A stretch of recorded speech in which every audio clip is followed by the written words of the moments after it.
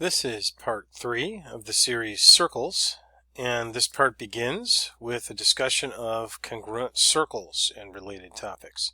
Congruent circles are simply circles that have the same radius, and this theorem is stated as a biconditional. Two circles are congruent if and only if they have the same radius. Therefore, if two circles have the same radius, then they're congruent. If two circles are labeled as congruent, then they have the same radius. Now this brings up an idea of congruent arcs. And it's slightly different, but it's related to congruent circles. In this case, let's take a look at arc FE and arc FG. Because the two arcs are arcs of the same circle, and because the measures of their central angles are congruent, those measures are congruent. Therefore, the measures of the arcs are congruent. The definition is two arcs are congruent if and only if they have the same measure and they are arcs of the same or congruent circles. A very important distinction. Notice that arc FE has the same central angle as arc BA. So arc BA and FE will have exactly the same measure, but those arcs are not congruent arcs because you can clearly see that the length of this arc is going to be different than the length of this arc. So same size, same shape is the idea of congruence. This arc has the same shape as this arc, but this arc is different sized than this arc. So, in order for two arcs to be congruent, they must be in the same or congruent circles. So since these two circles are congruent, if we had arcs in these two circles that had the same central angle, then those two arcs would be congruent. Likewise, arc AB and arc DC would be congruent arcs. Arc GH is not congruent to AB, FE is not congruent to CD. Same thing would apply to the other ends of the arcs. FG is congruent to EH, BC is congruent to AD. Just as a restatement, in the same or congruent circles, two minor arcs are congruent if and only if their corresponding central angles are congruent. So because this angle is congruent to this, FE is congruent to GH, and BA is congruent to CD. This brings me to a further note on the topic of arcs, and that is similar arcs. The idea is that all circles are similar in that they have the same shape. So this circle is similar to this circle, even though they're not congruent. And similar arcs are two arcs that have the same measure. So as our previous example, FE had the same measure as BA, they are not congruent, but because they have the same measures, they are similar arcs.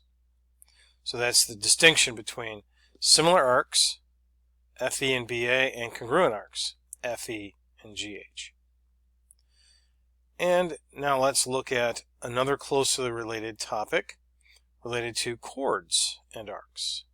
This is the congruent corresponding chords theorem, and it states in the same or congruent circles, two minor arcs are congruent if and only if their corresponding chords are congruent. This is a biconditional, therefore arc PQ is congruent to RS, and therefore chord PQ is congruent to chord RS. And that would also imply that their central angles are also going to be congruent. Now, let's take a look at the proof of this. It's a fairly trivial proof, but it's still important nonetheless to go through it. Now, in our picture, we have chord PQ is congruent to chord RS. We need to prove the case where, given congruent chords, we have congruent arcs. In this case, what we're going to do is we're going to form two triangles. So we're going to draw in radii from here to here, here to here, and here to here. And we're going to show that these two triangles are congruent. Therefore, their corresponding central angles are congruent, and therefore, by the definition of the measure of a minor arc, those arcs will be congruent. So here I've drawn in the radii, TQ, TP, TS, and TR, and we've written in our given. Now, since we know that these are all radii, we know that all these segments are congruent, because all radii are congruent. Now, because we know this is congruent to this, and this to this, and we were given that PQ and RS are congruent, we know these two triangles are congruent by side-side-side congruence. Now, since these two triangles are congruent, we know that the central angles QTP are congruent to triangles RTS by CPCTC. And now, because we have congruent central angles, we're going to have congruent corresponding arcs, and that's the definition of congruent arcs. Hopefully you found this a fairly straightforward proof. Now there's one more theorem that we need to go through before we actually use these in practice, and it's a directly related theorem to chords, and it's dealing with chords that are perpendicular inside the circle. So let's go ahead and look at that theorem. Now the perpendicular chord bisector theorem states that if a diameter is perpendicular to a chord, then the diameter bisects the chord and its arc. So since AC is a diameter, it's cutting chord BD into two equal pieces. BE is congruent to ED, and also arc BCD is being bisected. So arc BC is congruent to CD.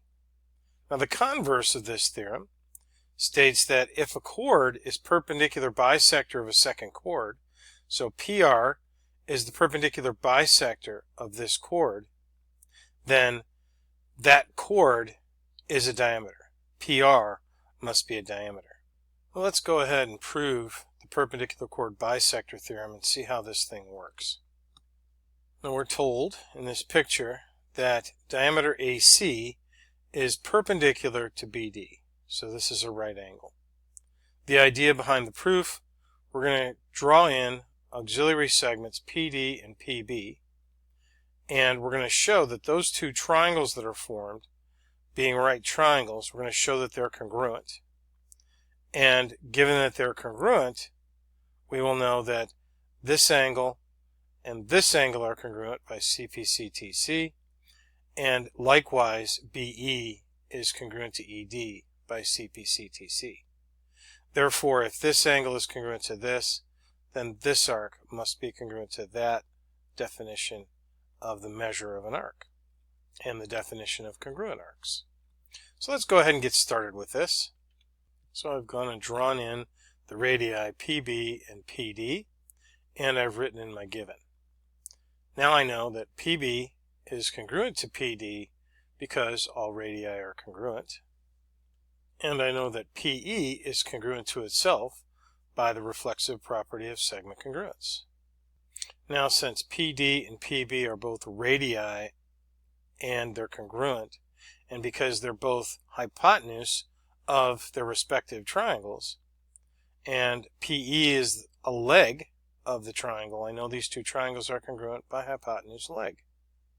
And now, since these two triangles are congruent, I know that BE is congruent to ED by CPCTC, and angle BPE is congruent to angle DPE by CPCTC. This takes care of our first condition of our proof. Now, to show that these two arcs are congruent, here we have two congruent central angles. So this angle and this angle are congruent. Therefore, their corresponding arcs must be congruent. That's the definition of congruent arcs. And there is the second condition of our proof. So we had congruent radii. We showed the triangles were congruent by hypotenuse leg. And because these segments are congruent by CPCTC, that's one condition. Because these angles are congruent by CPCTC, their corresponding arcs must be congruent as well. Now, let's prove the converse of this. And again, this proof is going to be another example of an indirect proof. And so I'm going to show the proof and just step through it one step at a time. So let's go ahead and do that. So here we have the setup. We have a circle, we have a chord, which is the perpendicular bisector of another chord. And so we're given that AC is the perpendicular bisector of BD. Therefore, we have to prove that AC is a diameter. In other words, we have to prove that the center of the circle is on AC. So with that set up, let's go ahead and draw in our assumptions and state the theorem and step through it. Our initial assumption is that point P is not on AC, and therefore AC is not a diameter. So if P is not on AC, then it's someplace off of AC. And if this is the center of the circle, then PB and PD are radii and therefore congruent. So PB and PD are radii and therefore congruent. Since P is equidistant from the endpoints of BD, since this point is equidistant from that point as it is to that point, it's equidistant from the endpoints of segment BD. Therefore, P must be on the perpendicular bisector of BD. So any point that's equidistant from the endpoints of a segment must be on the perpendicular bisector of that segment. Now this fact contradicts our original assumption that P is not on AC because AC is the perpendicular bisector of BD. And so therefore, P must be on the perpendicular bisector, which has to be AC. So AC is the perpendicular bisector, and if P is on AC, then AC has to be the diameter. Sometimes these indirect proofs can have a little bit of twisted logic, so if you need to go through that again, please feel free to do so. In the meantime, we're going to move on to an example of these theorems. In this first example, we have two circles A and P, and we're shown that this radius is congruent to this radius. Therefore, these two circles are congruent. And in congruent circles, congruent chords have congruent arcs. And so if this arc is 78 degrees, then this arc is also 78 degrees. So the measure of QR is 78 degrees. Pretty simple application of the theorems. Let's move on to another example. In this example, we're given that diameter FD is perpendicular to chord AB, and if a diameter is perpendicular to a chord, then the diameter bisects the chord, so EB and EA are the same, and it also bisects the opposite arc. So BD, arc BD, is equal to arc AD. So to find arc AB, we're going to have to solve for x first. So let's go ahead and do that down here. We know that 60 plus 2x equals 12x. 60 equals 10x. And 6 equals x. Now if x equals 6, we just substitute it in here, and we have 12 times 6, which is 72. Alright, so that's the first piece. AB is 72. And then we're looking for the measure of arc AB. Well, since this is half and this is half, then AB is just 72 times 2, which is 144. Hopefully you don't find these theorems too difficult to work with. In the next part, we're going to be covering some additional theorems related to chords. So I will talk to you in the next part.